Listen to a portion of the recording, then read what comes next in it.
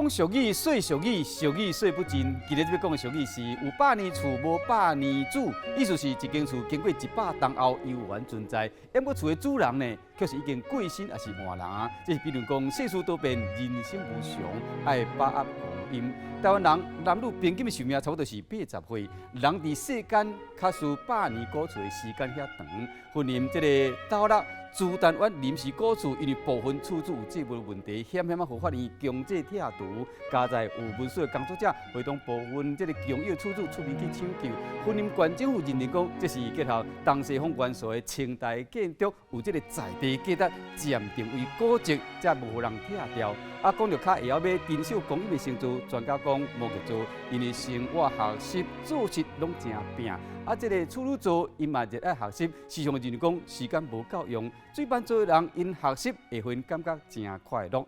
今日讲俗语是有百年厝，无百年主。